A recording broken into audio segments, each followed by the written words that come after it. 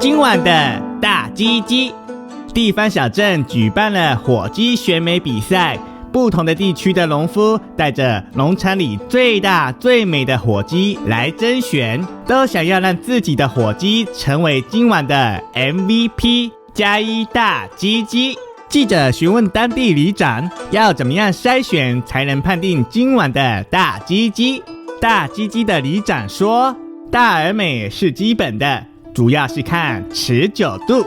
身为大鸡鸡是必须要在鸡群里要有谈天论地的技能，说的话越久，代表活力越旺盛。